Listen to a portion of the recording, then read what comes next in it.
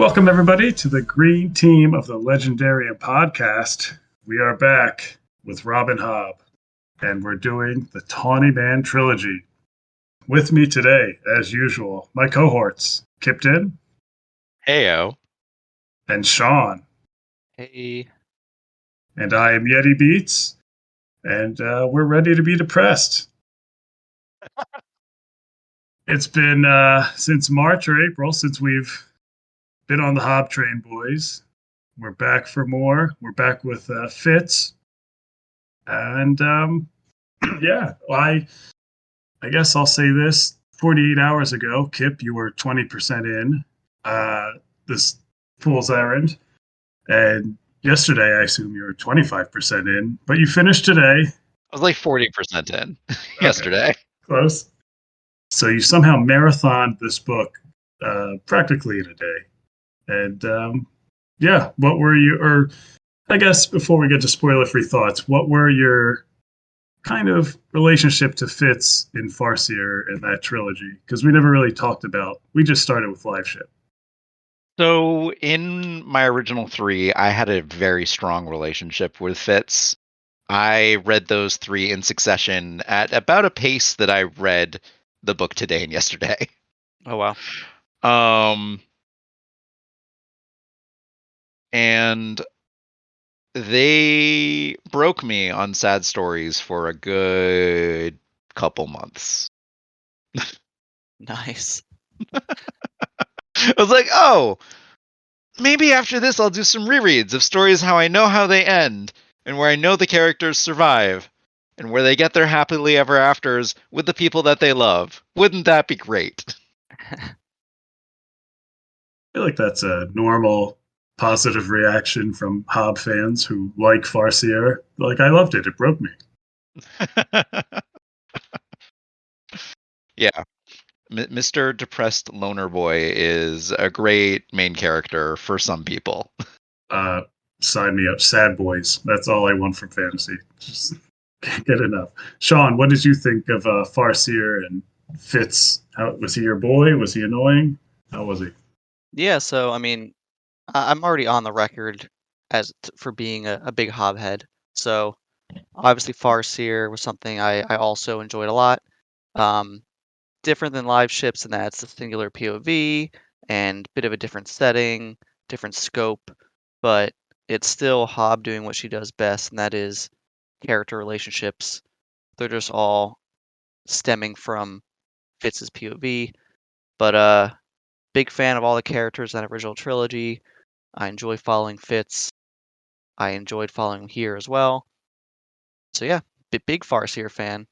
I will shill it and recommend it whenever I can.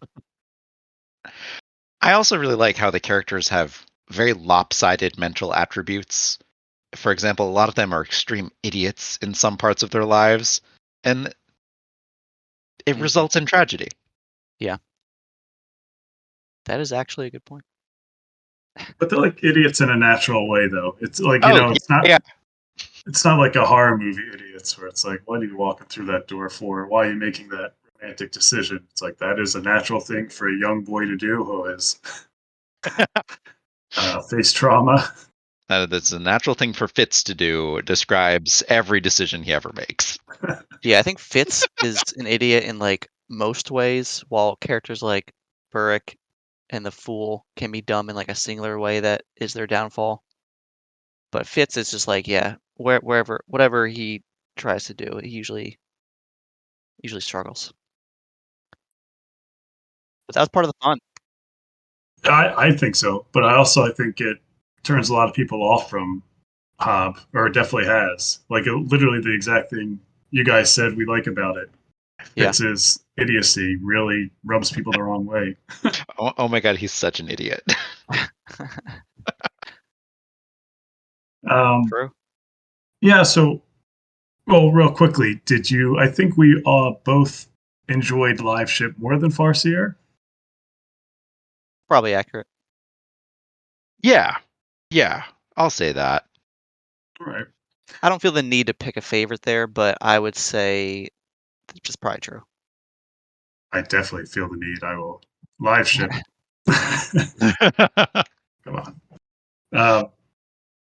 Okay, so then knowing that we both really liked Farseer, what was your, I guess, Kip, what was your impressions on Fool's Errand, and maybe even what you were expecting Fool's Errand to be, knowing that it would be Fitz sometime later in his life, and how that kind of lived up to what you expected?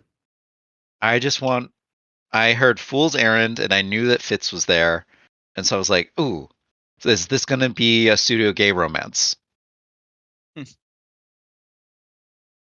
Good question. I mean, question is still up in the air until I finish this trilogy. Yeah, exactly. That's why I kind of just stayed silent. Yep. we'll talk about it more in the spoiler section, but yeah. All right. So, did you have a rating for it? The first book. For this first book, I give it a solid 4. I feel like it introduced a whole bunch, and caught people up on things, but truly the first 40% of this book is set up, so I can't treat it as a book in its own right. How dare you? I love that setup. It's a book. Yeah. What about you, Sean? Did this is your first reread? So Well, Kip hasn't ever read this trilogy, and you have. Yeah, I did not reread this book in Oh, that's preparation fair. for this recording. I read it between April 10th, 2020, sorry, between March 21st, 2021 and April 10th, 2021. So it's been about a year and a half. Fresh. Yeah, enough. But I did give it 5 stars as per my Goodreads rating. Me too. Nice.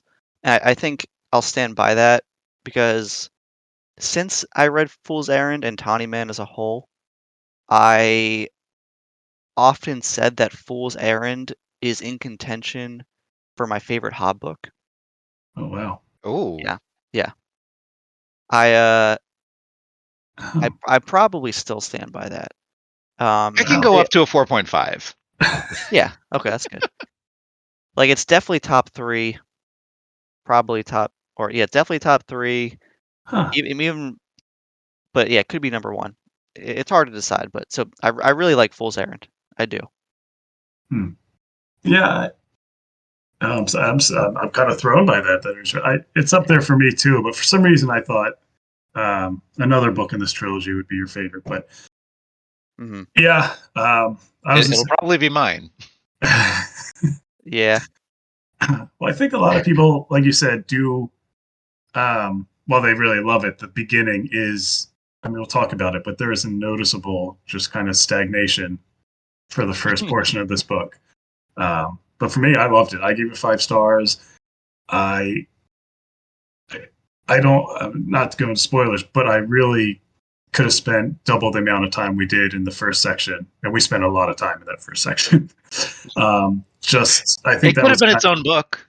If that bit had been its own book, I sign me don't up. think it would have had a real plot. But Yeah. Not at all. Just yeah, just hearing stories of the in between Farseer and this book, I would have listened to them all day. Recount, but yeah, for me, I this was a 5 star for me. I'm pretty easy grader when it comes to Hobb. I'm pretty sure the first 9 books were like 5 stars, so that's not very much saying anything. I think Rain Wilds was the first time I gave one of them a 4 star 4 star rating, which is Yeah. shameful, but still. Um, so yeah, I reread this. I had a great experience doing it. I definitely saw a lot of the seeds that Hobb was planting throughout this book. Like yeah, it's so clear what was going to happen at the end of this book with some characters. You're like, so it's good. And knowing how this trilogy ends, you see a lot of seeds planted in that regard too. So she's great. I can't say much negative about Hobb, which will make a interesting podcast, I'm sure.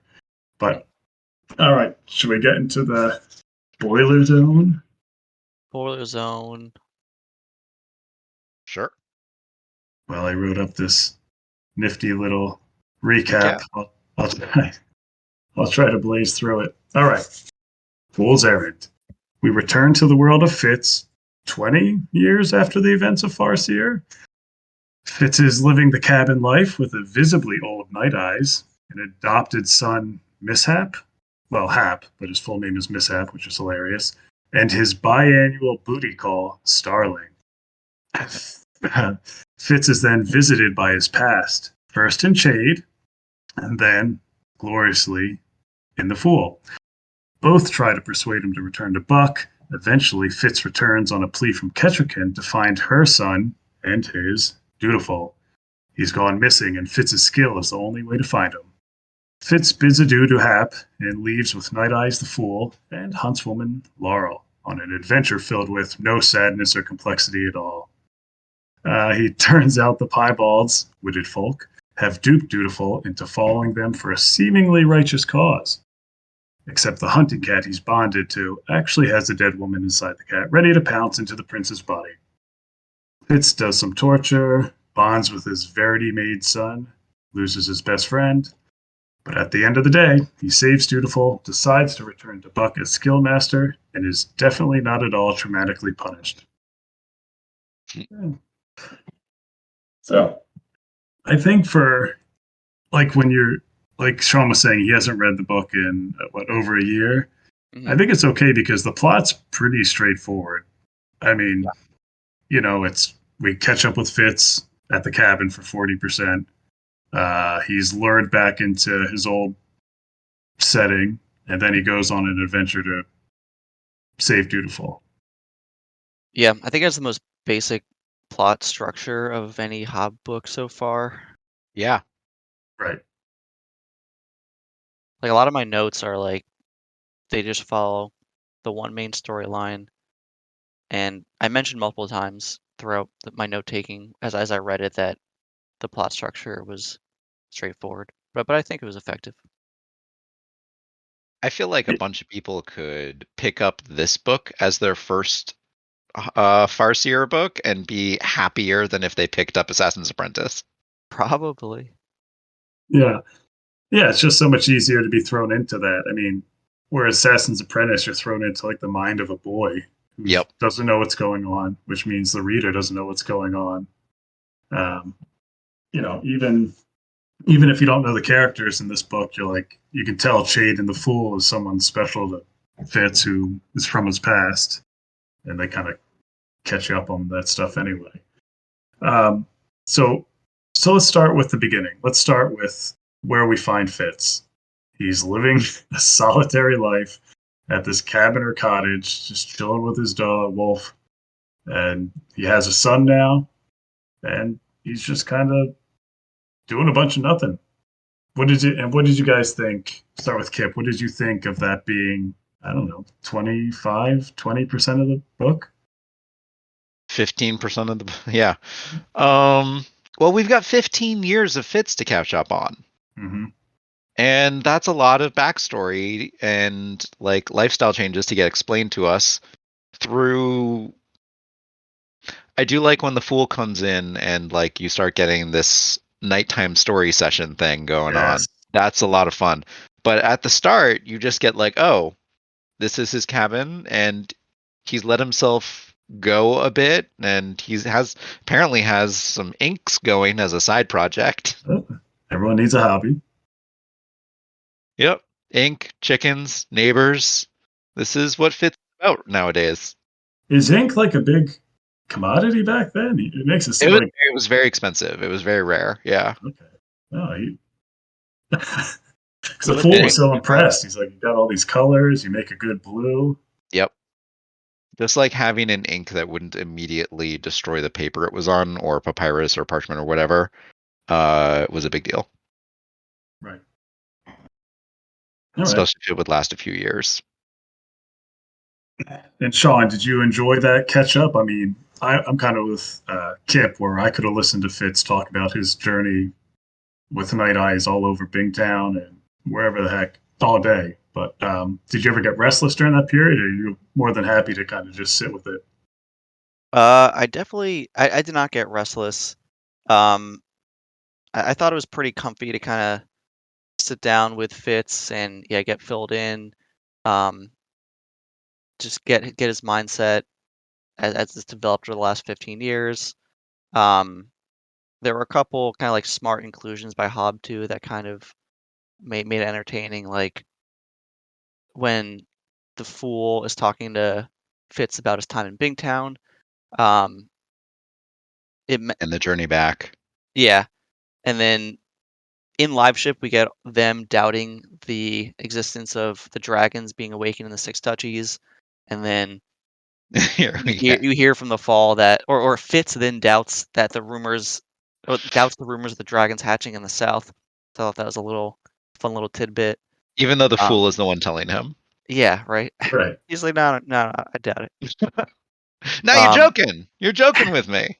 So no way that happened twice. That felt the same way as the changed pronoun from Liveships felt. But yeah, so it was, even though it was low stakes, I felt very comfortable reading it, and Hobb did it in an effective way. What did you guys think of, I guess, just Fitz at this point? Like what you expected him to be like? For me, it just seemed, I don't think it was jarring, but it was clear that this was a person who was just receded from life. And I think that it's kind of, he mentions it himself a few times where he's kind of so, or he says he's so glad to be away from kind of the responsibilities of being under someone else's, like the Fool and Kettrick and Chade were always using him, and now he can finally just be his own man and do whatever he wants. And it kind of felt like that, but in a sad way, because he's not doing anything, you know. At the end of the book, he's like, I thought that I could stay apart from court politics, and now I realize that was essentially like asking someone to stay out of the rain for the rest of their life. Yeah, right. Yeah. Fitz likes being involved in all these things, no matter how much he complains about it. Right. And I think you could feel that he wasn't totally happy even in that situation. Like I said, he's got a kid, he's got his best friend, he's got his booty call, as I mentioned, who would come and satisfy him in that way every so often. Like he seemingly has everything, a good life, but he's not, even when Chade and Fool come and visit him, he has those quick twinges of wanting to know more about what's going on, or he is tantalized by the idea of returning back to Buck. So it's always been it kind of reawakened that in him with their visit, whereas before he's kind of living this sedated lifestyle, which, I think there's something to that where it's comfortable, but he's not satisfied. I thought that was really noticeable when you read that. Fitz runs out into the rain a lot this book. Yep. And the main excuse that he uses as justification for leaving is, oh, I need to teach the skill because I don't want them to end up how I did. And like, yeah, that's probably the excuse, but it also could have just been, his excuse to himself as well, and his reasoning, when in reality he just wanted to get back to Buckkeep and maybe see some people that he misses. Right. Well, you're definitely right. He would have used any excuse. I don't even think it was the skill. He just got that rider came and gave him a letter from Chade that he was definitely needed, and he went straight back into old habit when he was a kid of taking orders from Chade. He's like, I gotta go. And being terrible at hiding his pride.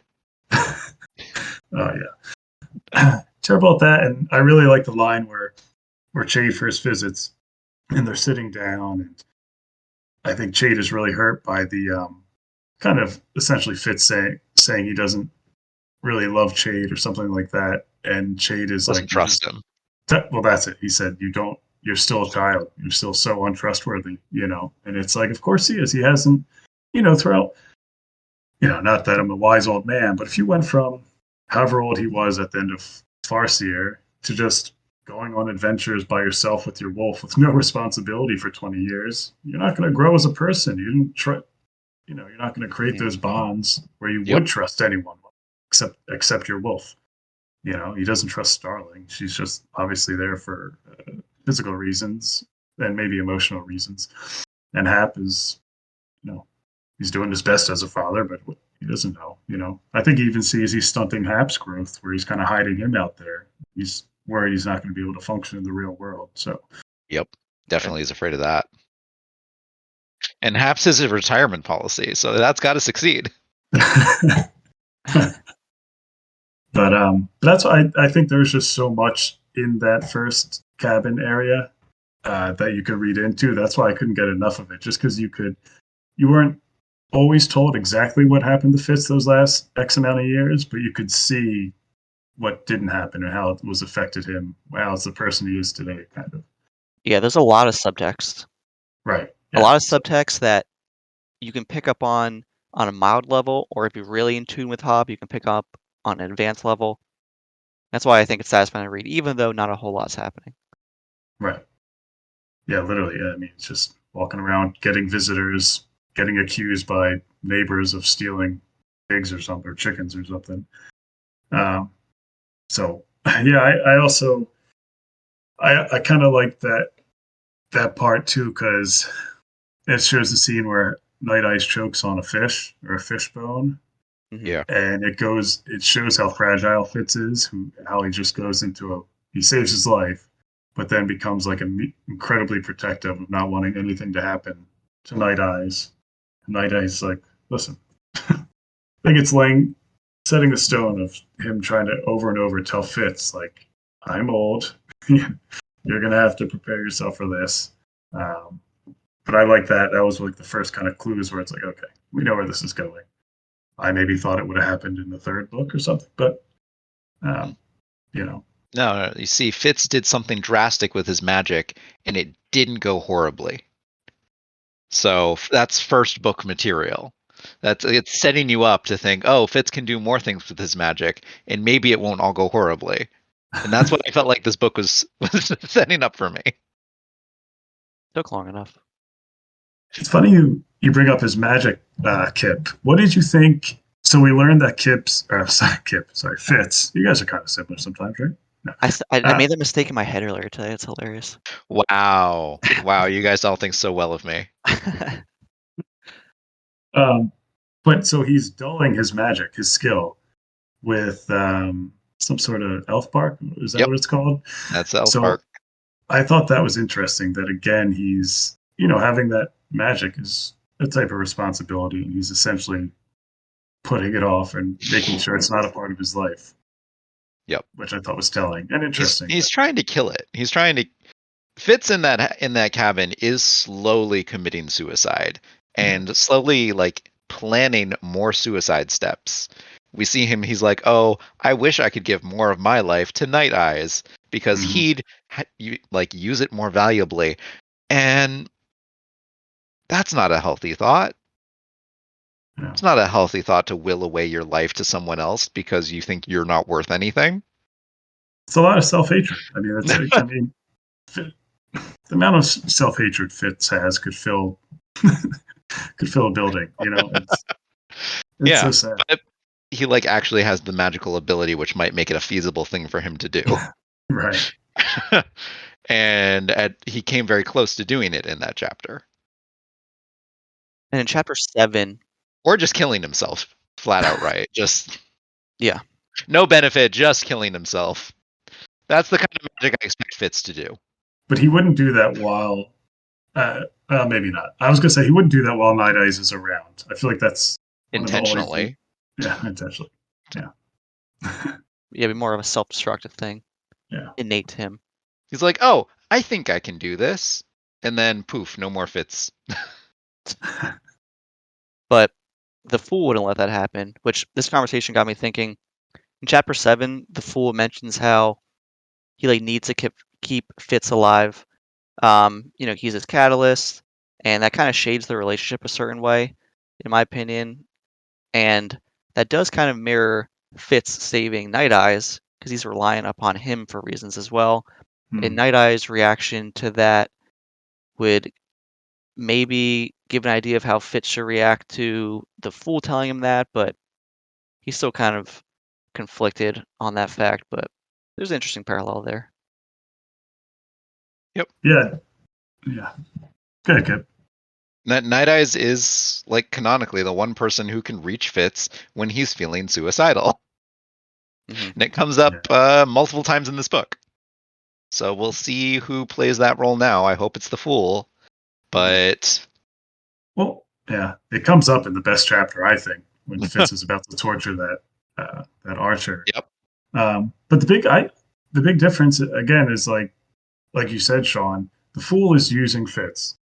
The Fool loves Fitz. He feels bad about it, but he tells him straight up, "I am using you. You are my catalyst. I'm using you." The only one in Fitz's life, Repeatedly. Yep.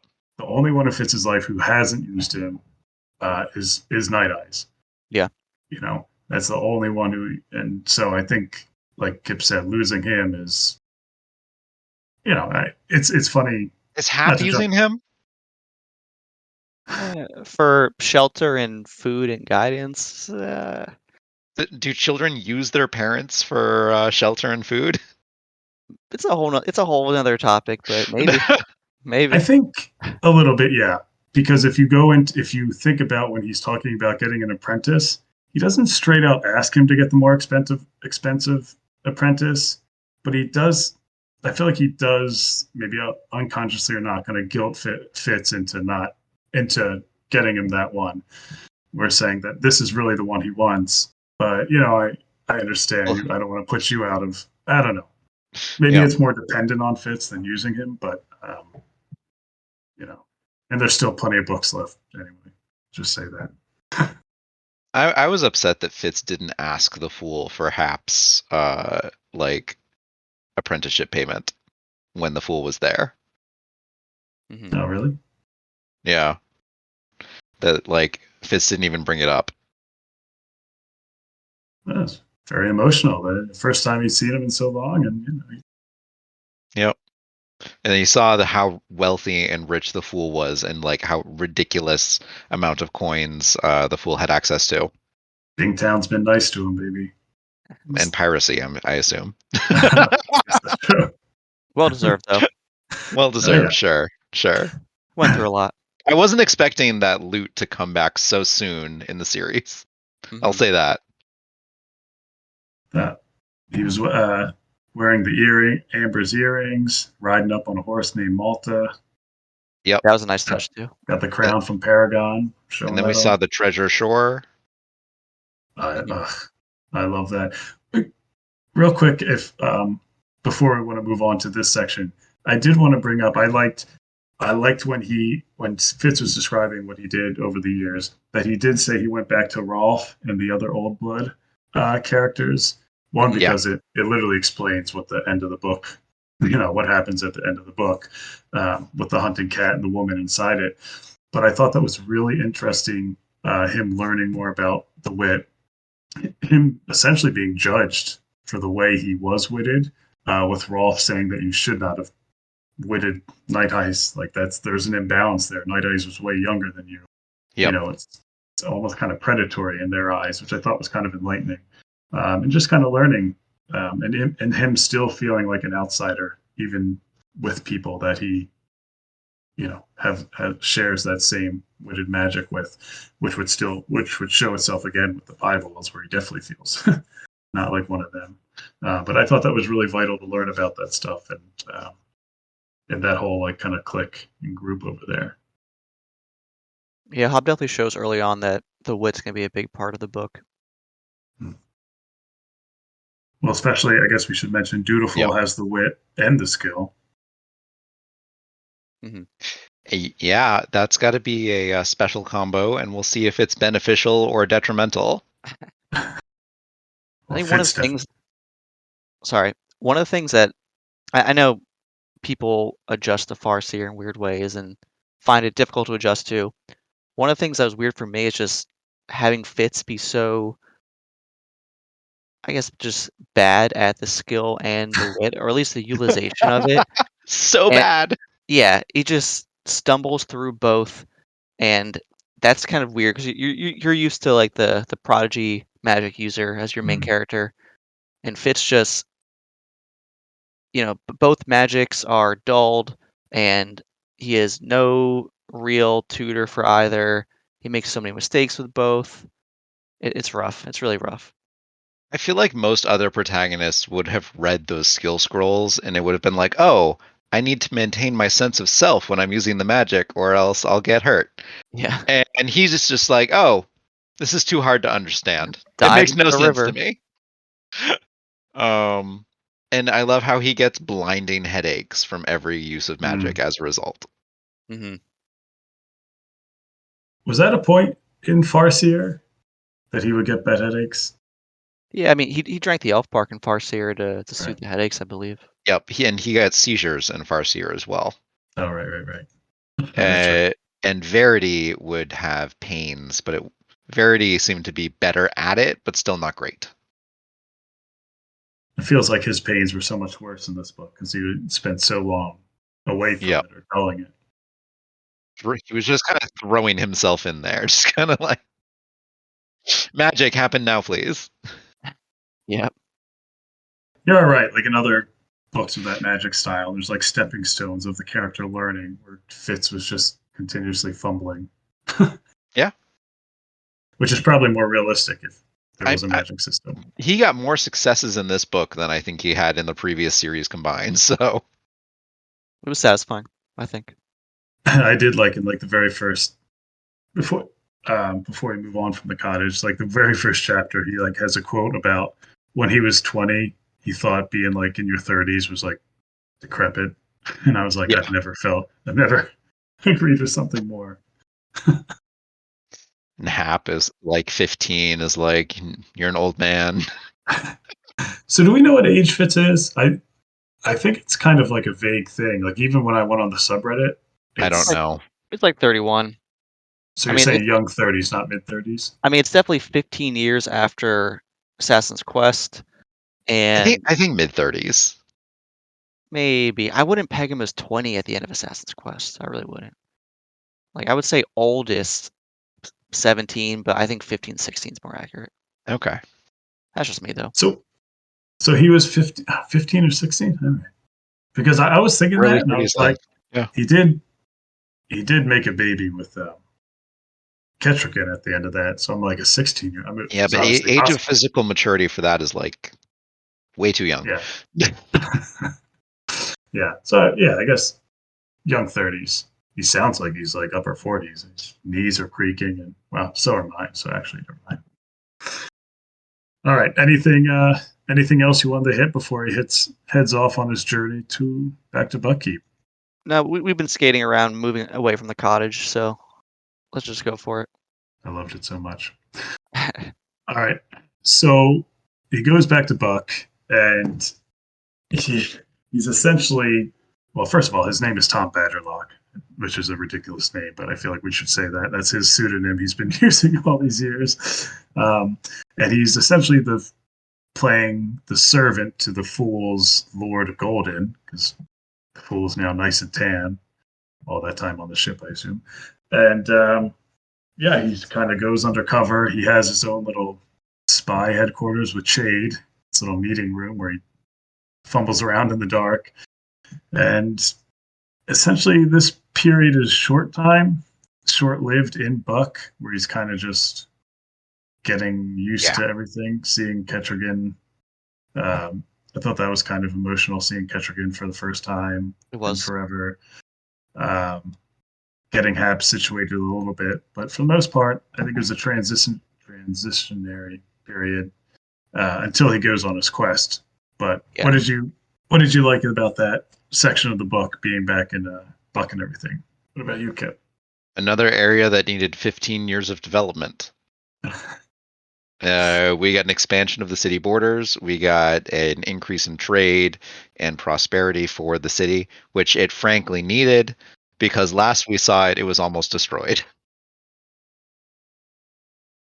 So it's nice to see that there's been 15 years of relative happiness and peace that only has the minor problem of public lynchings all over the place. Shout out Ketrigan, great ruler, great queen. Yeah, she's awesome.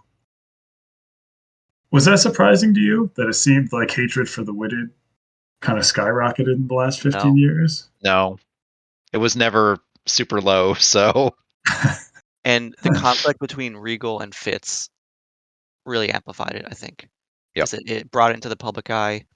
Fitz is like the figurehead for all the stigma surrounding the wit, and like Regal enhanced that with all his propaganda. So it is ironic that Fitz is one of the main reasons why they're so ostracized, and he has to directly face that in this book. And the Red Yeah. Ship Raiders were another magical enemy, Hmm. and that would have probably terrified people of magic in general. Very true.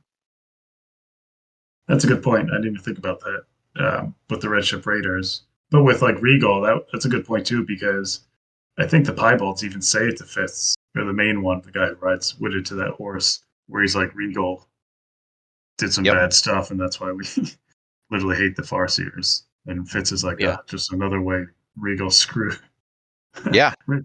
affected this. I mean, who's going to celebrate Regal? It's not going to be the common people. What about? So I think the interesting part of this section of the book is kind of Fitz and his relationship with Chade, or his getting back together with Chade. We see that Chade is, well, should be super old, but still kind of spry.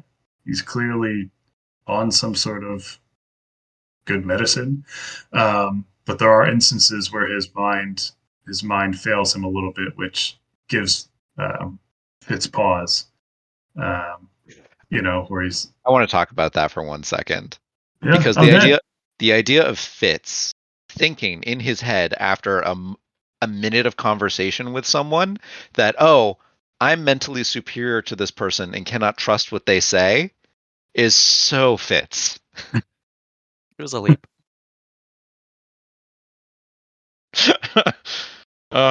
His hasty conclusions have not changed. I'll say that. It's the same old Fitz. God love him. Hasty and arrogant conclusions. Like I said, or like you said, Sean, Hobb is so good with relationships. Like that's one of the strongest things about her. So, just listening to Fitz and Chade talk in their secret lair, or Chade's secret lair, back and forth was, I don't know, it was kind of invigorating. I could listen to him go back and forth and slip into his old mannerisms, and then Fitz have to push back a little bit. I even liked it at the end, kind of when he rescues Dutiful and Chade's, and Fitz has that thing where he's like, my loyalty is with Dutiful, not I hate with that. I with hated you. that so much. I thought it was interesting because I don't know if it was the right decision, but he's essentially saying, I'm not going to tell, my allegiance isn't to you, Chade. I don't have to tell you everything. It's to Dutiful. Again, I don't know how smart that is, but. I mean, yeah, right decision, but like, it's the exact same thing that Chade did with him with the Shrewd test. Right. And Fitz, like, at no point is like, oh, this is. Fitz should just tell him. Like, I know my loyalty is to Dutiful, not you. Don't have to test me again. But no, Fitz is too slow. Fitz is too slow. He's been away from the game for 15 years. He looks at the knife, but we're in his head and he doesn't think it. No. So I think that part was good. Oh, I guess we should talk about. So there's another character we meet, Jinna, who is kind of like a charm maker, or she has some witchcraft kind of magic, which is kind of interesting. She's a friend of Hap's, but happens to be more closer to Fitz's age. Fitz lets her bunk with him, and then she's letting Hap bunk with her at Bucktown. And I think this is important because she gives him a charm that essentially makes people friendlier towards Fitz because he has such a resting bee face, I guess. I found this so random. A variation on a love charm. Yeah. Yes. Which I loved. He always seemed to like hide it a lot, where he didn't want people to. I know that frustrated me in this book. I was like, pull the charm out more. What are you doing? There were so many instances where if he had the charm out, it could have went so much better. He saw what it did to the fool. He did. Yeah. He wanted to make sure his love was pure. But it's like, I feel like that's just untrusting Fitz, where he's always second guessing. Does this person really feel this way about me? It's like, who cares? Just let them see your charm so you can try to find Dutiful. My God. Yeah. But Did she you like- definitely was. Okay. Did you like the clothing, which had a similar effect? His clothing? Yeah, when they dressed him up nice and pretty, and Oh, the huntsman, the huntmaster was like, "Hey, you clean up nice." So that's a lesson everyone can get behind. Well-fitted clothes can make anyone look, decent. Yep. Fact. Yeah, so I think, Jinna, because we met a few new characters, but I think Jinna might be one of the more prominent ones, even though she's not in a whole lot. I think, well, I should say even more important is we meet Jinna's cats, one Yeah. of which is named Fennel. And I think it's Great cat name. yeah, it's a great cat name. Also, really loved the way Hobb wrote cats. It's about time she inserted some cats into this world. I was. I feel, Wait, is Anne McCaffrey coming into the series? Was my literal thought. I wonder if she's more of a dog person because she really made cats seem, well, maybe accurately selfish. And but I thought they were very funny. Fennel Yeah. was, but even the hunting cat and just Night Eye's revulsion with them. Yeah, I love when Fitz says to Night Eyes, Burke never kept cats about the stable, and then Night Eyes says he was wiser than either of us know. Very dry, sarcastic joke from Night Eyes. Love it. Yeah, the cat people versus dog people was an interesting part of the storyline. Yeah. Team Cat. Unless it's Night Eyes. Then Team Night Eyes always. I think we can definitively say, yeah, Night Eyes was pretty baller, pretty awesome. Oh, yeah. And it really helped that every moment he was in this book after the choking incident was essentially borrowed time. Yes. That's right. He knew it. We knew it. Fitz refused to acknowledge it. Yep. So anyway, there's not much time there. We start the journey. I think this is where the book really excels, maybe, is once he starts. Oh, good. Sorry. I think it's important to also mention, maybe it's not important. I don't know. I'm not an expert. But Fitz, this is where Fitz also gets his rundown on the Dutiful situation. Yeah, right. And he gets propelled in the direction of his errand. And there's a big mystery surrounding why is Dutiful with him willingly or not, and that mystery is explored throughout a lot of the remainder of the book. Yep. And that mystery was pretty engaging to me, I think. The plot was basically the mystery surrounding his disappearance and just him trying to figure that out and get in the direction of Dutiful. So yeah, this whole time in Buckkeep, it's getting that rundown, the Jinna stuff, and yeah, a bit of conversation with Chade. Up until we get the first dream, which Fitz did not bring out more than a word from. What was the first dream? I don't remember. Gallatin. Right. What? He just woke up screaming Gallatins, knew where they were. Yep. Oh yeah. Right. So that was a skill link between him and Dutiful. Yep. Okay. Yeah, it's been a while. You're right. That's a good point. I mean, that Hobb, clearly, I mean, she could write a mystery book if she wanted to. I thought that was really engaging, trying to figure out, okay, did this young prince run away did he run away? Was he kidnapped? And then mixed in with kind of Fitz learning that he's both Dutiful, both has the wit and the skill. Yeah, and he's with way users. And he's We clearly know that. And he infers that he's bonded with an animal, which he finds a little odd. And we know that a prince maybe would try to flee their duties. Sure, because he's supposed to be getting married to Narcheska from different land.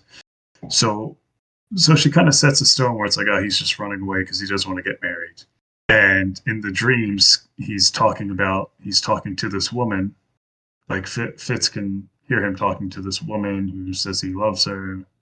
He would do anything for her. So I think that's where he's like, oh, he's fallen in love and run away. And I think it's really like, did you have any idea that it was good? Like that he was, what happened? That he was being led on by an evil woman from the very first dream. Who would? Oh, but did you know like the woman died in the cat? Yes, yes, I did. That's good because they do give you the clue in Yep. Ralph's. Again, they literally spelled it out with the Rolf thing where he said a woman died, went to a deer, Yep. and I just wasn't entirely sure which political side that person was on. That dead woman was on. Right. Between what and what? I don't think it was ever fully made clear either. So. I think it's just a group of piebalds, right? I mean, it wasn't really. Yeah, but there was like this fear in the beginning that like it was designed to cause specific problems at court. And it turns out no, it was really just more of a thing they needed in order to get this woman back into a human body. That was the main goal. It wasn't a political one. Right. Selfish person who wasn't ready to let go, which is, you could say the same thing about Fitz in a way with Night Eyes. Yep. It's a big theme in this book. So, yeah, that's a good point, Sean. That there was a lot of catching up on what had happened and just really the introduction of Dutiful. I mean, he clearly plays a big part in this book and the series. And I like, I don't know how much we want to talk about it too much, but one of my favorite parts of getting back into Fitz's life is kind of his role as a parent. He's like a parental figure in theory to multiple people. Hap, Dutiful, his actual daughter, Nettle via Molly and him. So this role of responsibility he has, and he keeps telling himself that it's Verity's son, but with Dutiful, but we know biologically it's technically his son. He looks like a spitting image of young Fitz. Yeah, that was a good point of dramatic irony throughout like all of their interactions, really. Right. And so I just feel, it's just a great way of Hobb creating drama and personal tension for Fitz. I mean, this is obviously Fitz's books. Farseer were Fitz's books. Like we're in it for Fitz, and there's this new wrinkle now that, obviously he's been living alone and ignoring his old life, but now he has literal children, either adopted or biological, that he's either ignoring, failing, or refusing to admit is his, but still has this pull towards each of them in a way to help him, especially with Dutiful. And maybe Night Eyes being there was the reason why he was kind of dragging his feet. Just maybe. I think it was. And I think that losing Night Eyes was required before Fitz could go back into any major form of civilization. Yeah.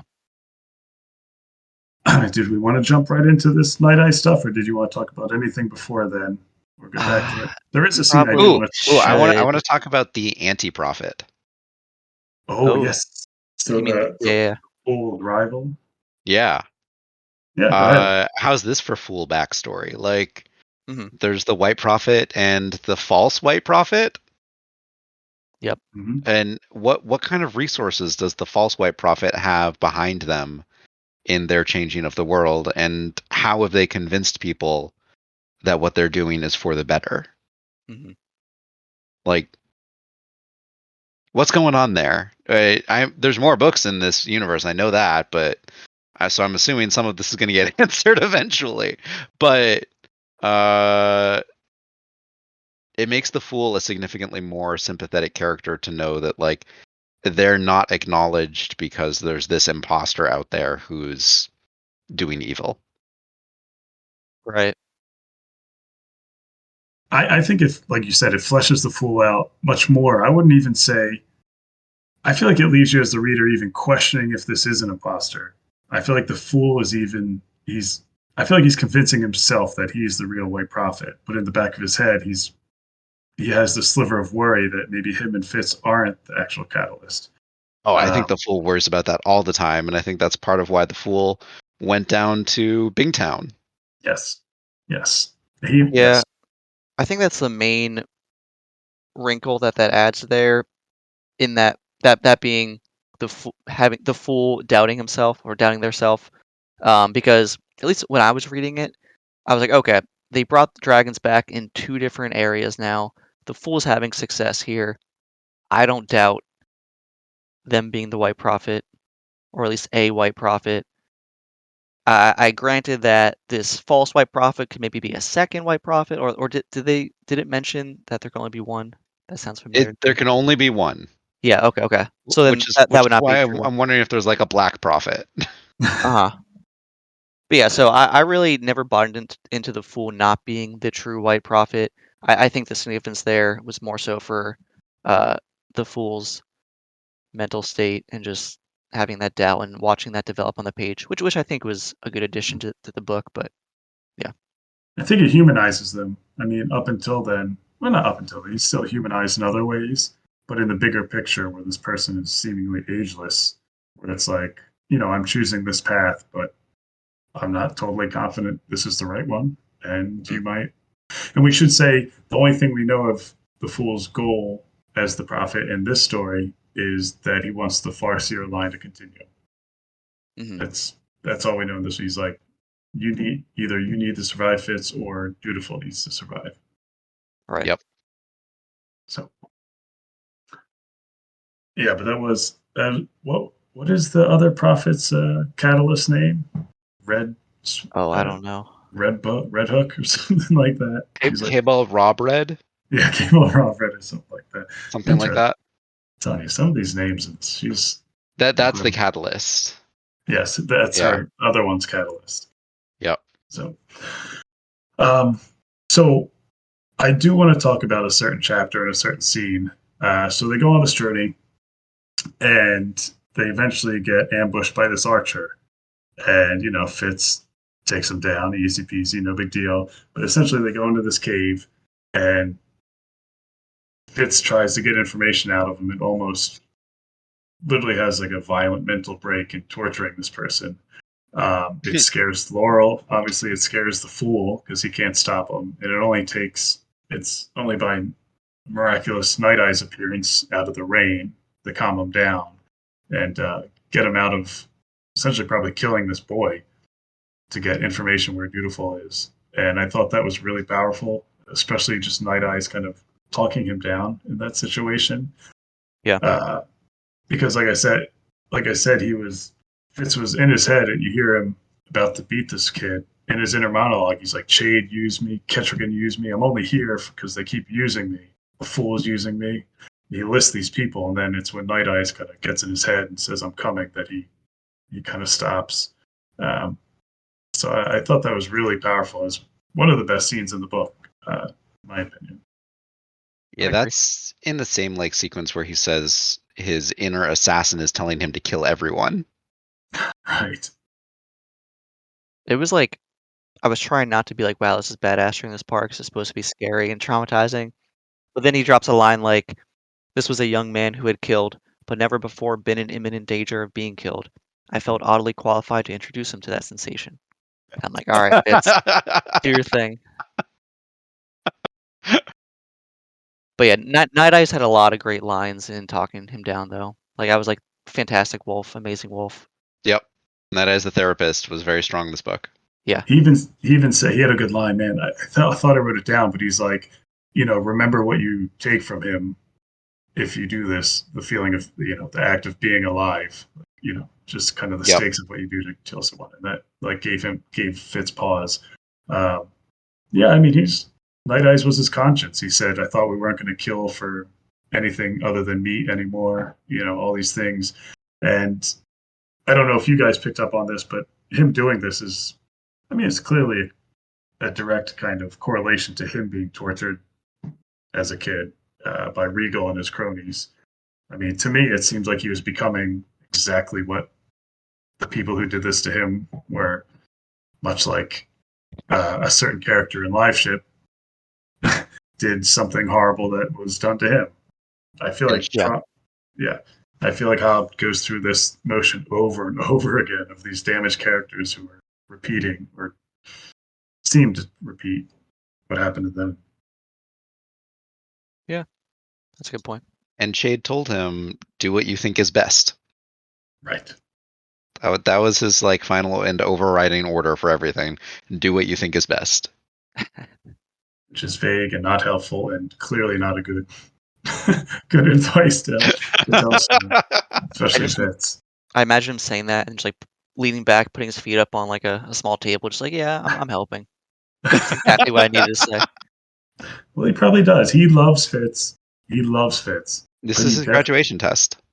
But he also sees him as a tool. I mean, I think that can be both. I think I think he used to.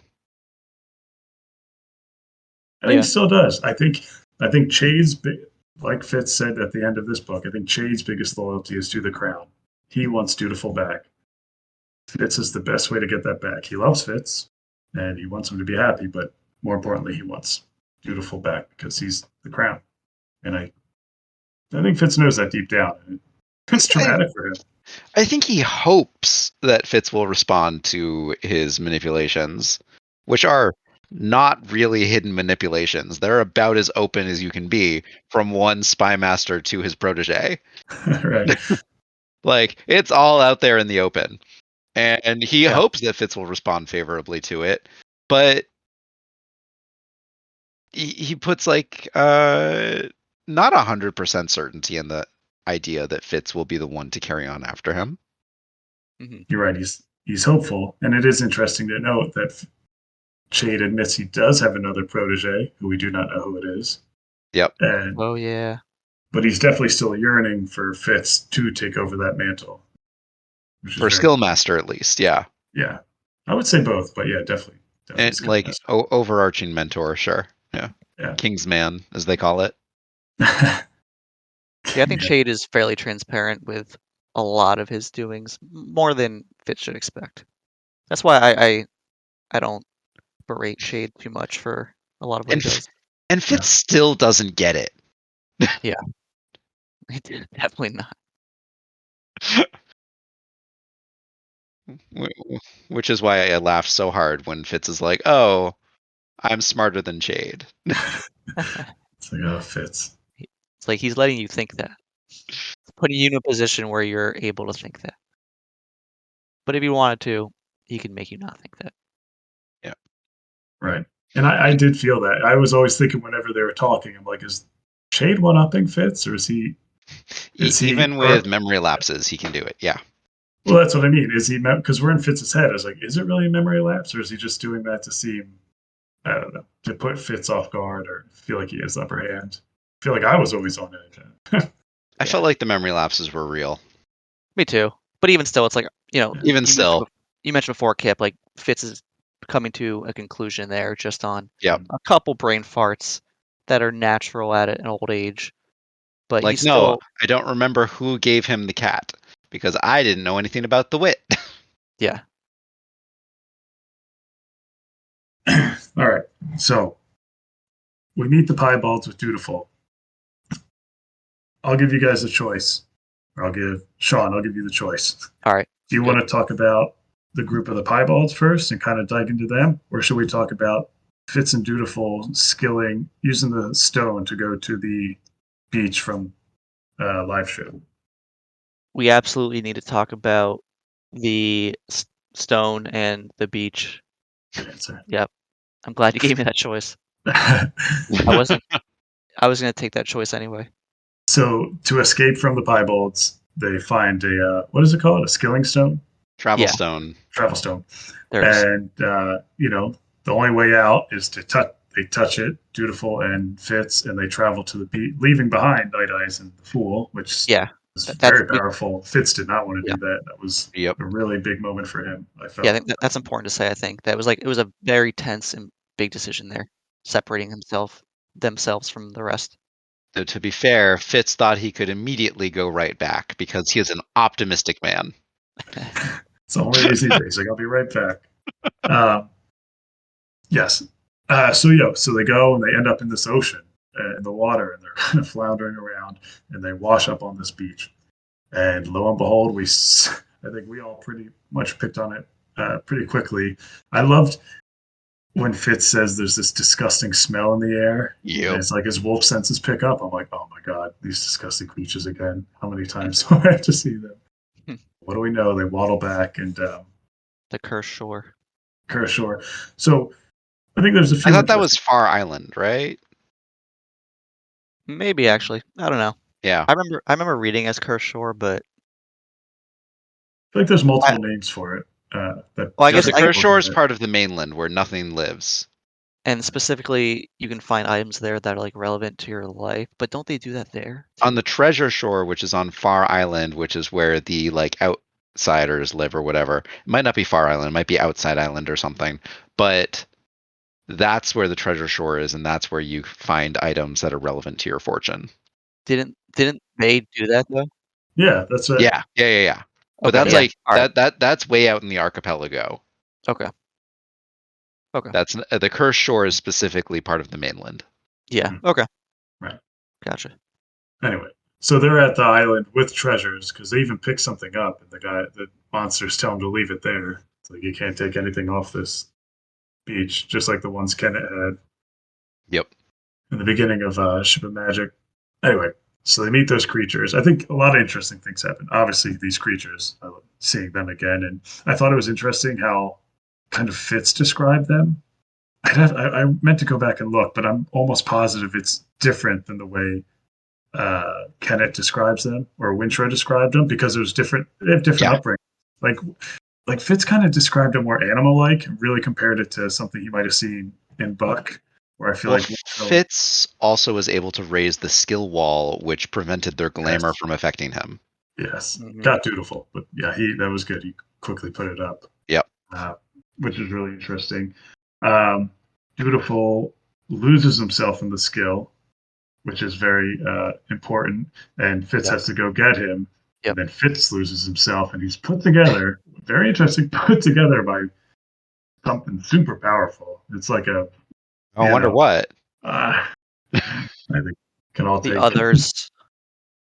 who knows? I don't know the answer. A dragon, maybe. Yeah, I mean, I came to the conclusion. I came to the conclusion that it was an elderling. That Did was you my guys guess. come to the same conclusion at that point? I thought it was dragon. Well, dragons I may or may thought- not be elderlings. The one surviving dragon is what I thought. I'll be honest. I don't. What was her name? Tintaglia? Tintaglia. Yeah, I thought it might be Tintaglia. I don't think I definitely didn't read as No, Tintaglia. that wasn't But Tintaglia's maybe. tone. No, because Yeah. you remember reading Tintaglia. She's more sassy and kind of like. And maybe a dragon god. Who knows? Yeah, it just felt more loving, kind of, where like this woman was putting kind of a child back together. And, yeah, the attitude didn't feel right for Tintaglia. She would have needed to mature quite a bit more. Yeah. But I don't know.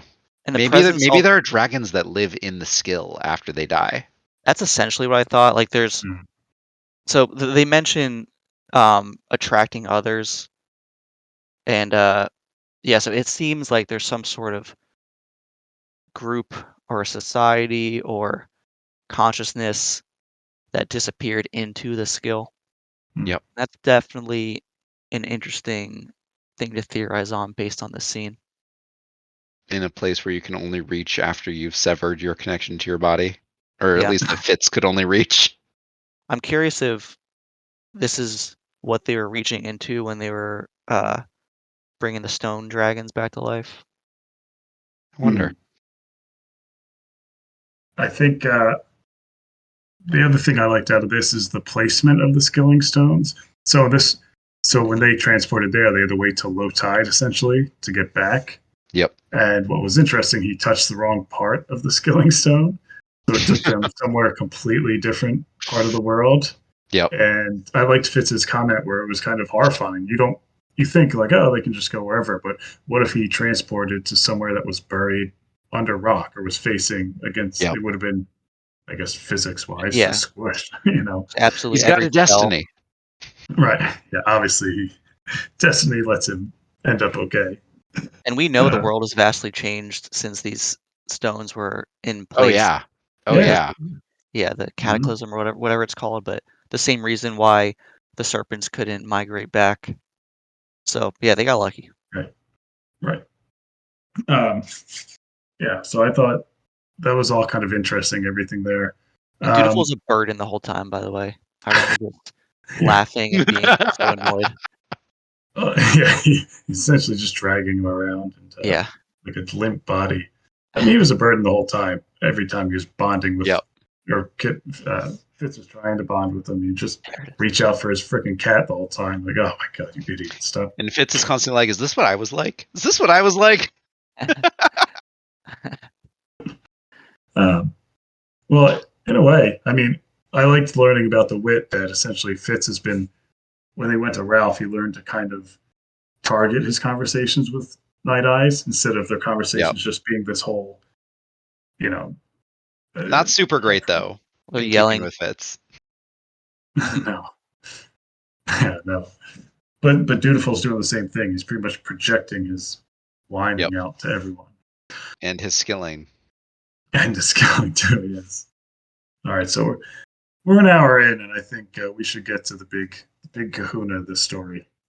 So I think everyone's, it's weird to say favorite part, but I think the most memorable part of Fool's Errand is that Night Eyes does indeed die. He, after Fitz saves Dutiful and, I guess just to say, kills the animal that Dutiful is bonded to, which is traumatic for both of them.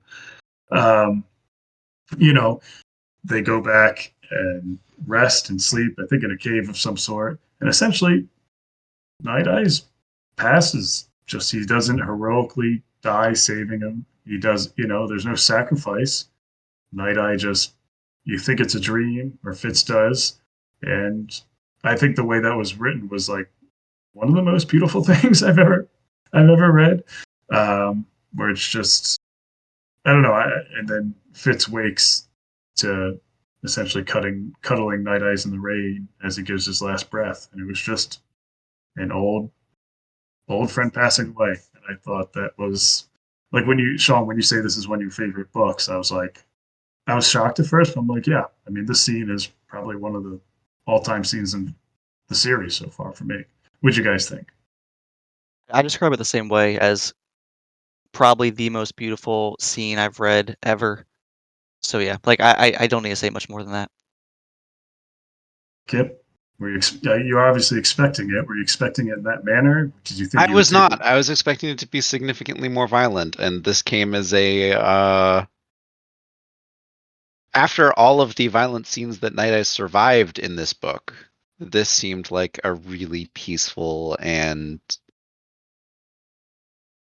I don't want to say like relieving, but there was relief associated with it.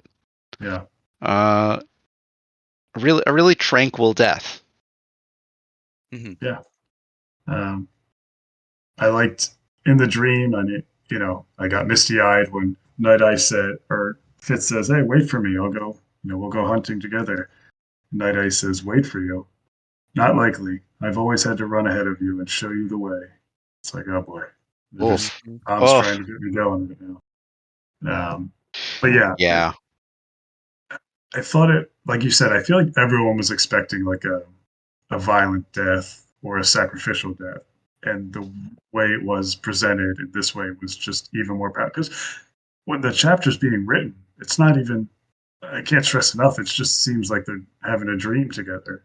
It's not even, you're not even kind of led to believe he's about to die until it's like just a gradual, like, wait a second, he's kind of saying mopey things. He's, inch by inch, you just kind of have this realization like, oh, this is it. He's going. And then when he says, he essentially says to Fitz, keep changing, changer, or you need Time to change, changer. Time to change, changer. It's like, oh boy. Great line. Yeah, classic. And yeah, it's incredible. And it's not like overly dramatic with Fitz. Like I said, he wakes up and he just cuddles his dying best friend. He doesn't scream. He doesn't do like a Darth Vader no at the air or anything. And the next day he just wakes up in mourning, like it's a regular day. And everyone keeps going about their business. They keep journeying back. They all give him space for the most part. And he grieves. I mean, he's clearly a different person now. And I thought it's just so realistic. I don't know a better way to say that, but it's like that's how losing someone is a lot of the times, where you're not the same. People don't know what to say to you. The smart people, like the fool, give him space and try to console him. It's like you lost a limb. I feel like that was really well portrayed with Fitz in every last. It's essentially kind of like an epilogue after Night Ice dies, you know. There's Yeah. like there's a striking similarity to the kind of like peaceful and tranquil death that Night Eyes got to one that you would see as like an ideal case in hospice care. Hmm. And yeah, there's going to be grief and there's going to be pain and loss, but that Night Eyes lived a full life, especially for a wolf. And you have to wonder, Rolf and the other Old Bloods, they criticized Fitz so much for the deep sharing and the deep connection that he had with Night Eyes. But as readers, we get a look into their relationship better than any of those Old Blood people could have. Do we think that it was too deep? Great point. Yeah, I think it was too deep, and I think they admit it's too deep. Night Eyes even says he's more human than he probably should be. He has more human characteristics, and same with Fitz. Yep. And Rolf's big thing is like, hey, when one of you split and pass, it's going to be worse than it normally would be in a normal bonding. And he's like, you guys need to know that, and you're not taking any precautions or anything about that. Fitz is like, nope, it's never going to happen. And But you they didn't try and jump in. They didn't try and do the taboo. know, it's Right. true. That was probably their main concern. Right. The Right. temptation there. Like I'm on Fitz's side, or I disagree with the piebalds. Maybe because we've been in Fitz's POV this whole time, but I love their relationship. I think it's largely healthy despite the crossover there, and I have no issues with how they did it. I think that the piebalds just are set in their ways, and they don't understand. I'm with you on that. I think that maybe it's best not to go so deep from a safety standpoint on a pure numbers basis. But I don't think that what Fitz and Night Eyes had is necessarily bad. Yeah. And it was kind of necessary for Fitz. I mean, he had no one else by his own making. He wouldn't let anyone else fully know him.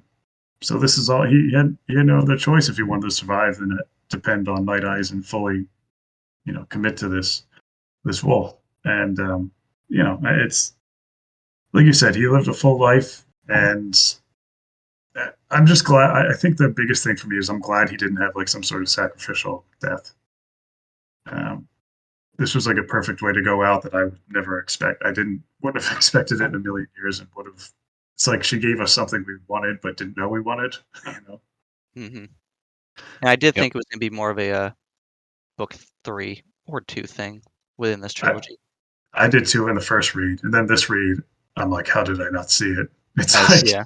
As so soon much as I more saw Fitz expressing so much dissatisfaction with his country lifestyle, I knew that it was going to happen this book. hmm right. Yeah, I probably should. But then, like, I think I probably had theorized at points that he would, but then with how many injuries Night Eyes took and he was bouncing back from, I Yeah. was like, oh, this is going on as it normally did. He's He's got like fine. 9 lives. Yeah. Do you think Night Eyes was trying to accelerate his death through that? Through Mm, refusing to get treated? Yeah, I think it's alluded to, like Yep. he kept eating the rotten fish, like he wanted to choke. I think he knew Fitz needed this. I think he knew. I think he saw this lifestyle.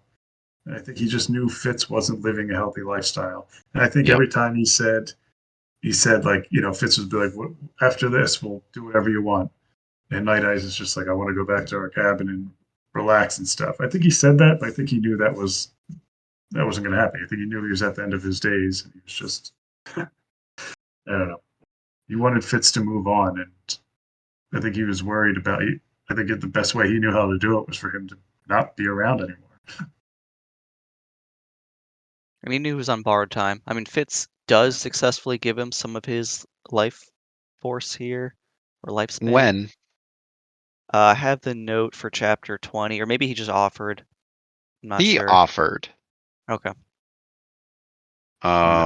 Offered and maybe like started trying to. But Night or Eyes got mad. started thinking of it, and then Night Eyes got real mad. Yeah. Okay. Okay. I guess lastly, was that your favorite part of the book, or no? Probably. I don't know. I don't. It's for a book like this. It's hard to have a favorite part. It was just Yeah, great overall story and uh, just a way to have this death happen. yeah, for sure. All right, let's say any last things you want to hit, and then we can go into questions from Discord. Does that sound good?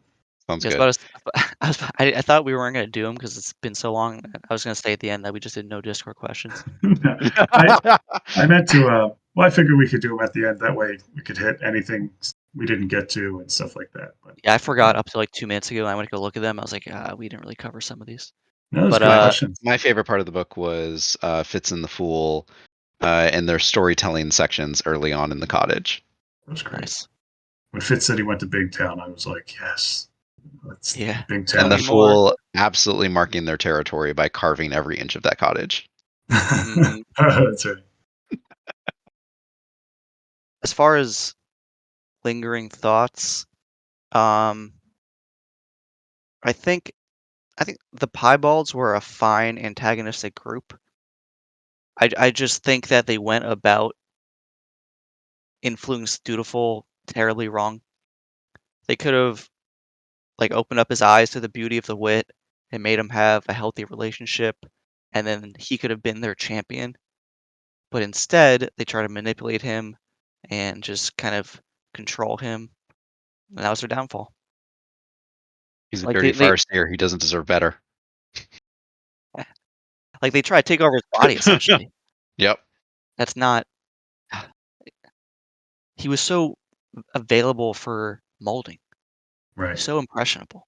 He was all in on the wit, and they just it went about it terribly wrong. And like maybe I consider that a downfall of the book and like a slight gripe, just because in my mind it's like almost unrealistic how dumb that was. But at the same time, like it's a very minor thing. Well, I think Hobb made it clear that, first of all, Old Blood and Piebalds, while both witted, both have Are different different. outlook. Yeah. And I Right, like I that forgot she there was made, even a term. Yeah, I And mean, also, that, even within that, it was just yes, really the one dude who had a yes. secret plan Well, for him and Dutiful. his sister. So Yeah, she doesn't count as a person. no, it's true. She's a dead person. But you're right. Like even within that piebald group, people were uneasy about what they were doing. And multiple yeah, times they could dutiful look around and you could see faces were like, oh, this is sketchy. Like we're not totally into this. It was an act of selfish people, and it goes to show that people witted can be good, but also can be used for selfish reasons. I mean, they're complex. It's not. I actually make it. I thought it made it seem less black and white and less one note because of that. Because you're right, it could lean into kind of like these one note villains like the Piebalds, but because they put in there that it was factioned in itself. They were even saved by older Piebalds. Laura went and hmm Yep, fetched. they were. So, Oh, they don't call themselves piebalds, though, what they call right? them? They didn't say old blood though, right? They just said, They just said old blood. Yeah, oh, they did. Oh, okay, so it yeah. was old blood saved. Okay, gotcha. It was like a bunch of old people essentially, older wounded people. Um, I didn't think it was their one note though. It was just more so a lot of the plan that they ended up taking action yeah. with was just not well thought out. I thought it leaned one note at first because I was like, all right, you got these evil piebalds. Once you know their plan, and they're just like you said, they're kind of deceive the prince. But Yeah. I think And it was more complex than it. They're a and group on their back foot. we figured that Yeah, out fairly early. yeah. Yeah, And like you said, it was the evil ones were a reaction of what Regal did. And yeah, there's lynchings everywhere. It's not like they don't have a right to hate Dutiful. Absolutely not like they don't have a right, and absolutely not like right. they aren't a metaphor for all sorts of activist minority Yes. groups. Yes. Yeah, I yeah, was thinking the same thing too. I was like, that is the real world in a nutshell right there. Yep. yeah. But again, Hobb does it in a way that's not in your face. So And the last thing before questions, yeah, basically the last chapter, you see Fitz and Dutiful have a nice conversation, coming to terms with their journey, and so you see that relationship take a corner. As I mentioned earlier in the episode, it's no coincidence that that happened after Night Eyes died, because Fitz is able to embrace this other side of his life now. So that's definitely a point to look at moving forward, how Fitz develops these new relationships, especially with Dutiful. definitely keep an eye on those two. But also, those two are both grieving. They both literally lost two Yep. wit mods. And they both are yearning for, I mean, definitely dutiful, yearning for some sort of comfort from someone. Well, Good thing Fitz is he's more hesitant. betrothed. Someone he's never met. Hey, I do wonder if Cable Rawbread is we're going to find out that like they were the mastermind behind this Manchurian Candidate scheme.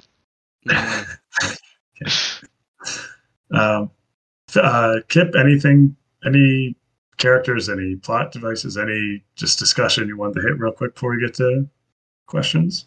There was some like Redwall level food description in this book, and I appreciated that. Ooh, Hobb does food well. Yeah, she does. Which one comes to mind first?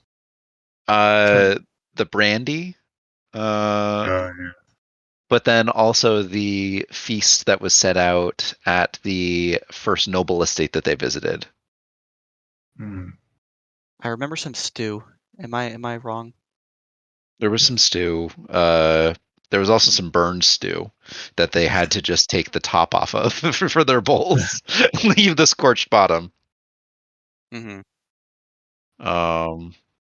But yeah, there was some nice descriptions of various like jellied livers and things. Yeah, it made me hungry from time to time. Yeah. All right, let's end it with some questions. We got some good ones. Let's start with Lady Sweden. All right, we might have talked about Sweden. We talked about this a little bit, but maybe not as much as we could have. So she said, "What are your thoughts on what we learned about the magic systems in this one? Is it clearer for you?" And it kind of dovetails with Nat, where she said, "What did you think of hedge witch magic?" I guess what Janet is. Kip, you're the magic expert. One of my immediate thoughts is I want to know if there's some sort of overarching magic system, which all of these people just have facets of, and maybe you can eventually gain most of if you're a dragon, for example. Mm-hmm. I want to know what are the world building aspects of the skill. Is it actually a separate realm that's apart and separate from the material plane? Does it truly have no conception of distance? Does it have no conception of time? How has this been used in the past? And how is it used presently? And how are our protagonists going to use it going forward? And I think so far, we've been able to see that Fitz has a unique ability to get closer into people's thoughts via the skill, and then go into animals that are closer to them using the wit, and then go back through that with the skill into a person connected to that animal. So Fitz's ability to build a coherent chain out of something like that is definitely an increase over someone with only the wit or only the skill. And I want to see how that's going to affect the story going forward as he learns how to control his powers more. Very cool. Yeah, I feel like I have a better grasp of the skill, than I did in Farseer. I feel like I had no idea what was going on for the most part, much like Fitz. But I did a couple things that interest.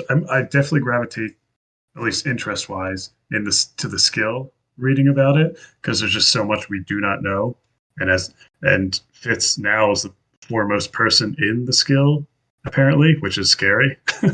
Since I thought it was funny how skill he said, master by default. Yeah, I think I thought it was funny how he's like the only people who knew more were Galen and the Verity. ones who Verity, but and the ones Kettle. well, Galen, the coterie he trained. Yeah, but they didn't seem like they actually knew much. They just seemed like they were vessels for Galen. Yeah, but it was funny how Fitz was like, and I killed all them. So yeah. No, so I just feel like that's interesting that he's the foremost one. They keep bringing up this idea of a coterie. Yep. Where, a bunch of skill users form a group, and kind of the idea that they can communicate with each other with the skill, and kind of, just be more of a team with the skill and harness it. I think that's an interesting idea that's non-existent now, because there's so few people who have the skill. We know Fitz does. We know Dutiful does. I don't want to go to spoilers, but I think someone else we know does. I think Jade has it, partly at least. Yeah, someone else I'm thinking of. But so I think Oh, that's going to Nettle? be. Yeah, Yeah. I'm pretty sure he skill dreamed with He Nettle. skills with Nettle. Yeah, Okay, good. he So did. we know that. So Nettle, obviously, which is, um, I love Nettle. I can't wait. So anyway, go ahead, Sean. Yeah. So I don't think we learned. I think we learned a little bit more of what the skill can do in this book. Fitz does a couple new things. I do find it interesting that we've gone this far in the series and there's still a lot of question marks surrounding it. But all question marks. yeah, all the question marks. It does make it does increase my interest level of Realm of the Elderlings as a whole, which I enjoy. And it also helps that we took a 3-book break where the skill and the wit were not even mentioned. Like the skill was like kind of alluded to when it comes to dragons. That's about it. And lastly on this question, I don't think I mentioned this before because like I said, the skill and the wit weren't relevant in Liveship. But I'm curious how much Hobb equates, and this is how I equate in my mind. Skill equals like LSD acid, and wit equals shrooms. I feel. What? Yeah, that in my mind. That's how it always. That's that relationship there, where it's like more of an earthly relationship with nature, and the other's kind of like psychedelic, crazy, you know, Artificially extraterrestrial, produced? higher plane type thing. I wonder if she took any inspiration there. I mean, probably a little bit, but I kind of keep that thought in the back of my mind when as I'm reading these scenes, just to kind of make sense of them, I suppose. Really hesitant to divulge how much of my personal life I want to get into that discussion, but Yeah, I'm not admitting anything here. yeah, no, of course not. But that is interesting. I didn't think about that. That's I did like the scene where Fitz, when he was talking about going to Bingtown, and you could just like feel the magic emanating from that town, from the city. He's like, he couldn't like Mm. pinpoint what kind of magic that was, but he's like, there's definitely something that kind of wasn't bad, but No, he's bad magic, Bingtown. Probably. I He didn't seems get like that I could sense. never be comfortable there. Oh, that's true. He did It's say that. death Yeah. magic on those boats. Oh, that's he did say that. Yeah, he was like it was a little Ooh. unsettling, kind of. Yep. Just the live ships when he saw that. Yeah. It's frustrating how separated this world is when there's so many interesting parts that could probably all aid each other. All right. All right. Alright, next Anything question. on? I'm interested to see new skill coteries being built with Fitz as the leader. Mhm. Let's see. Lady Sweden said, "How has aging and development of Fitz affected how you feel about him as a character?" Talked Covered about that. that one. Yeah, I guess we kind of Yeah. talked about that in the beginning. Yeah, I'll just say I really feel like he was stunted. Yeah. I thought he would have. Very stunted. His aging, he aged faster than he matured, I guess, emotionally. All Yeah. sources of stunt are now removed as of the end of this book. I think they are, honestly. Yeah, but that's exciting as a new reader going into Except watch it. his like awkwardness with Molly and Burridge. Oh yeah, the Molly stuff. You're right. Yeah. We got maybe one of these questions. Well, all right, here we go. That dovetails in a good question from Nat. Did you miss anyone in particular in this book, considering so many previously important characters are only briefly mentioned appear? I have a big one for this. Go I for wish it. Ketrican had been there more, but she still course. seems to be useful off page and not Yeah. useful on page. She had a good scene, but yeah, it was only that one scene. But I thought that was just really powerful, the reuniting with, because she's in such a debt to Fitz for everything. She seemed to get emotional seeing him again. Yep.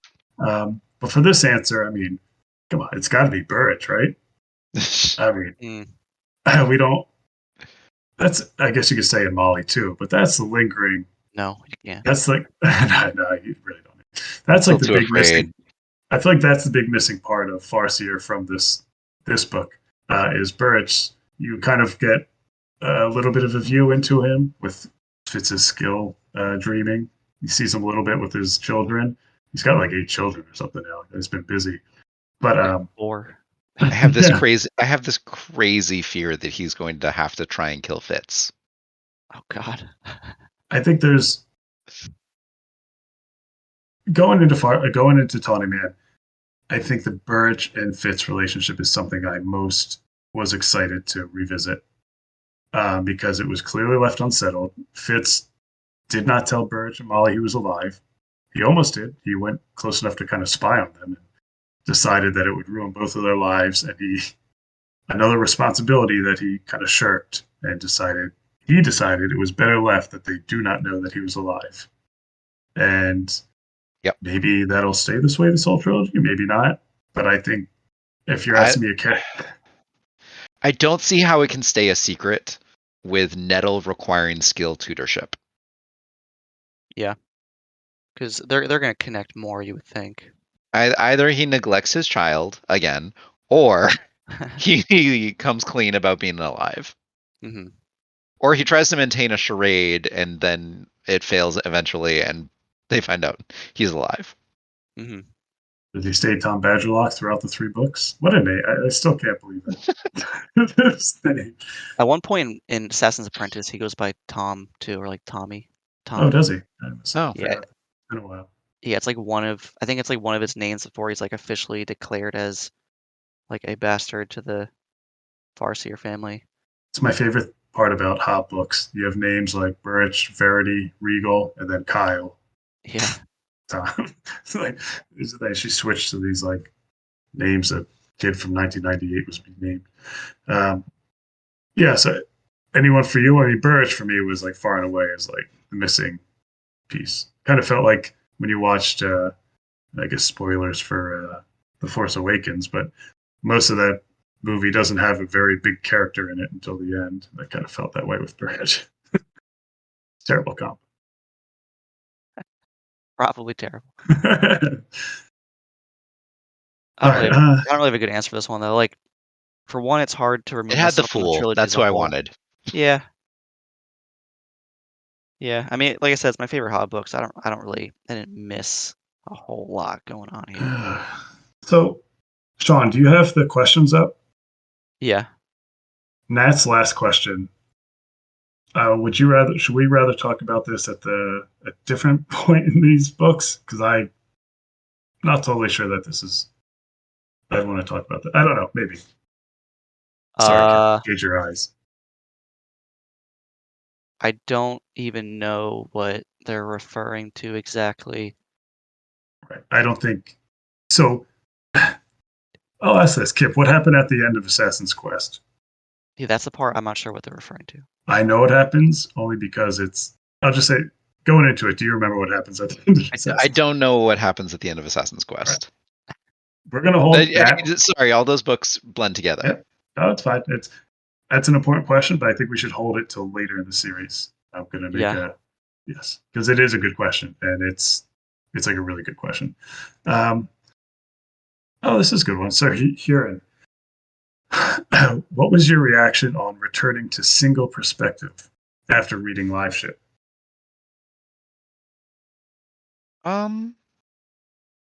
It went fast. It went faster. Yeah. I was always in Fitz's head, and I knew what was coming. And although I was incredulous at 40% when we were still in the cottage, I was like, yeah, this makes sense. This is Fitz. This is the pace. It did go faster, especially reading Dragon Keeper right now. And I know Dragon Keeper gets the slow reputation for other things, but it's bouncing through a lot of POVs, and each time it does that, it's like reorient first. When it's all Fitz, just like go. I'll say that this book is only pseudo first, like single person perspective, because Fitz is in other people's heads so often. All right. So like you still get the illusion of multi POV, even if it's not actually. Right. Yeah, because you could essentially be in Dutiful's head for a portion of this book. Yeah. Plus, Hobb is so good at writing characters that I almost forget that it's all Fitz's POV. And we even get to be inside of Nettle's head for a bit. Oh, right, yeah. When she's has a fever. That is a useful writing device with a skill. Then you can essentially just Yeah. switch point of view, even though it's a. And we can check up on a 5-year-old girl without having to have Fitz take a trip over to her place. Yeah. I will say, yeah, it's not jarring. It's just kind of, she just seamlessly switches it. I mean, she's so good at both POVs, multiple and single.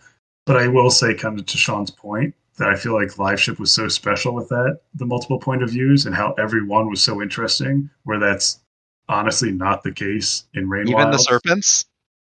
except the serpents. Okay. I don't count them because they're only at the beginning and end of each book.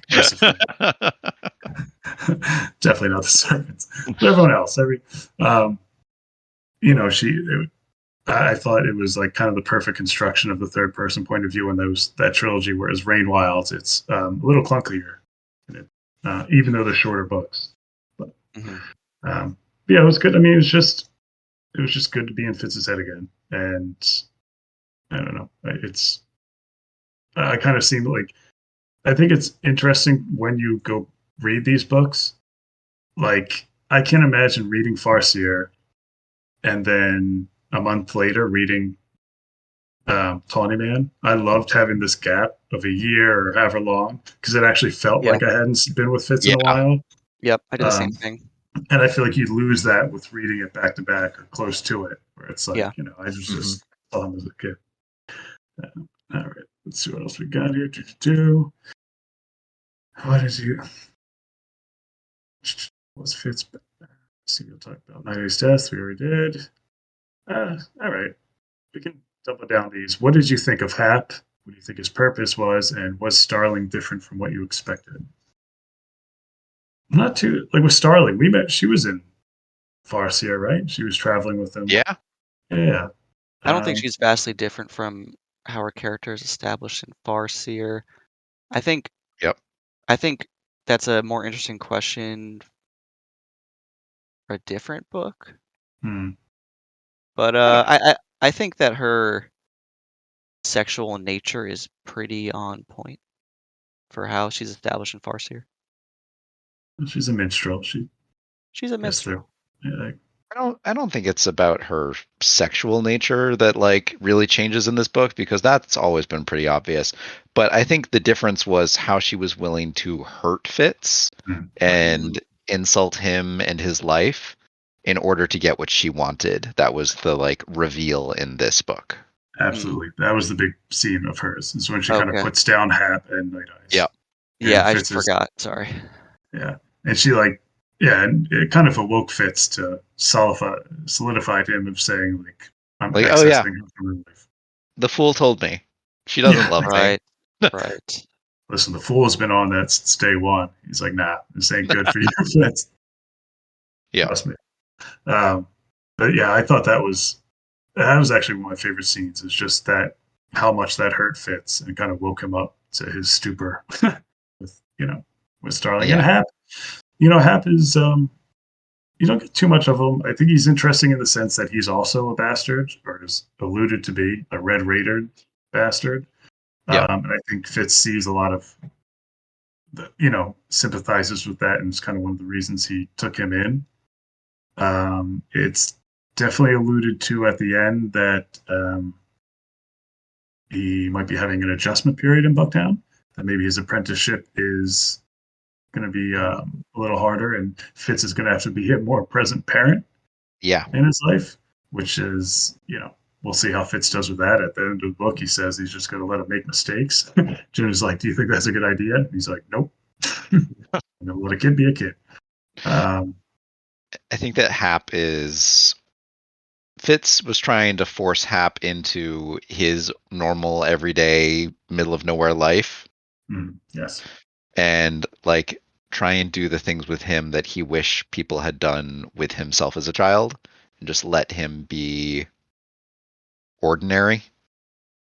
Yeah. And Fitz has no idea what ordinary is. Like, it was definitely to Hap's detriment, I feel like. Yeah. And that's kind of like with life. Sometimes things you want to do or don't want to do, as a kid, there's things you don't want to do, whether your parents made you do it or whatever made you uncomfortable, pushes you to be a I don't know, a better person, but more prepared for whatever your future entails. And I don't think, like you said, Fitz prepared Hap for any of that. Fitz had to No. make some runs to the town and hunt with Night Eyes. It's like he's not going to be ready for young girls who are And smooth like talking them. his whole summer or harvest season that he spent out hiring, he had no idea how to do it meaningfully, and he came back like dozens of pounds lighter. With not a lot of coin to show for it. And so they're like, oh, Fitz might have already been a couple years behind where he needed to be if he wanted to successfully provide for this son that he had. Yeah, I think that's accurate. With Hap, the biggest thing I notice, and it's like it just compares to Dutiful. Hap is Fitz sees another bastard, another person who is abandoned, and he sees that in his son, in his adopted son. With Dutiful, he sees in himself another person who is split between duty, between the wit, between being a prince. He sees that he had the same thing between being witted and his allegiance to the king. And so I think he's juggling these different parental relationships, and he sees different things of himself in these kids. And these are things that he hasn't fully learned how to deal with. How is he supposed to pass that down to these kids? And I think that's the biggest, I guess, plot point with Hap or any of his children. I'm sure there'll be something with Nettle too in that regard. So, Wants a successful life for him. right, whatever that is. One that's not caught up in court politics or assassinations or writing histories of Buck. It's so funny. He's going to write a history of Buck. Well, hey, he had a lot of time on his hands. Okay, I think one more question, and I'm not totally sure I have an answer for this, but maybe you guys do. Were any of Fitz's relationships from the previous trilogy recontextualized? Do you think you can answer that from this book so far? I mean, I can say that a lot of it was recontextualized in Liveship. I was going to say the Fool might be the big answer here. Yeah. Yeah, that's the main one that you can point to for now. I don't really think any of the others had any dialogue other than maybe Chade. Yeah, I was going to say Chade was the closest, but I kind of talked about him. But I think the Fool, I mean, that whole conversation they had in the beginning of what the Fool's real name is, and he said, "You can just call me Beloved." I mean, that stuff wouldn't happen until after Liveship. I mean, so so exactly. And I love how the Fool knows that they can get away with that because Fitz will not take it seriously, because Fitz doesn't take anything seriously that doesn't conform with his preconceived notions. So accurate. So accurate. Yeah, that's the biggest one for me when I read this book. I was like, there's a lot going on in this series. Like she opened up, whether it's Dutiful or his children, the Night Eyes loss. But then going forward, I was like, the trilogy is called the Tawny Man trilogy. The Fool and Fitz's relationship is like going to be front and center. Yeah. Yeah. And and I did really like the establishment of the Fool as just canonically the most beautiful person in the kingdom. Possibly the world. Yeah. Lord Golden was scandalous in this one. He was making kissing a boy. On the cheek. On the hand. On the hand. On the hand.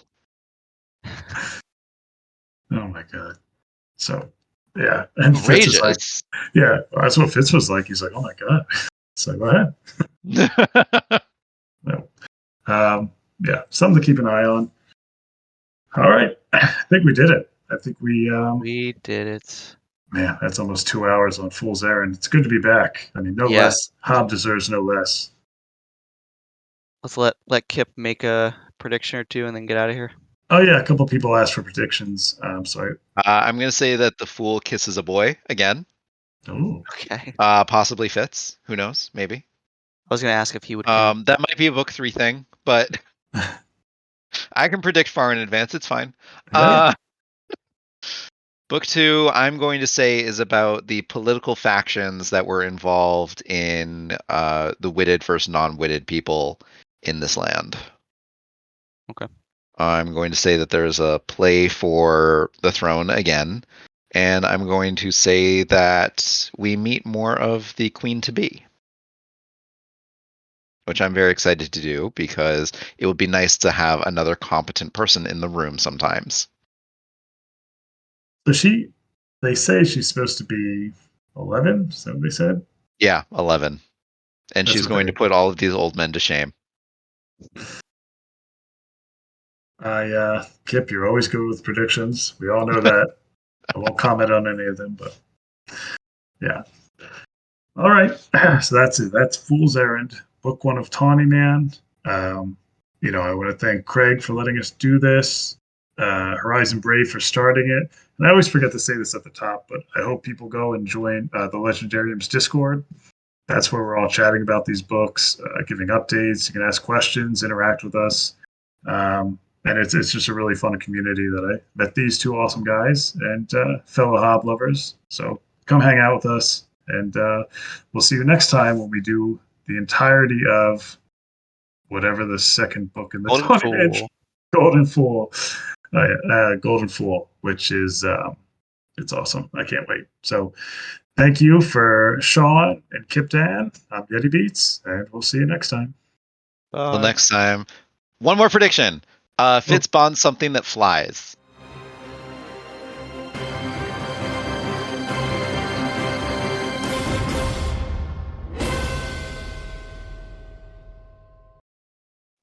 For editing, cut it just like as Kip says flies episode.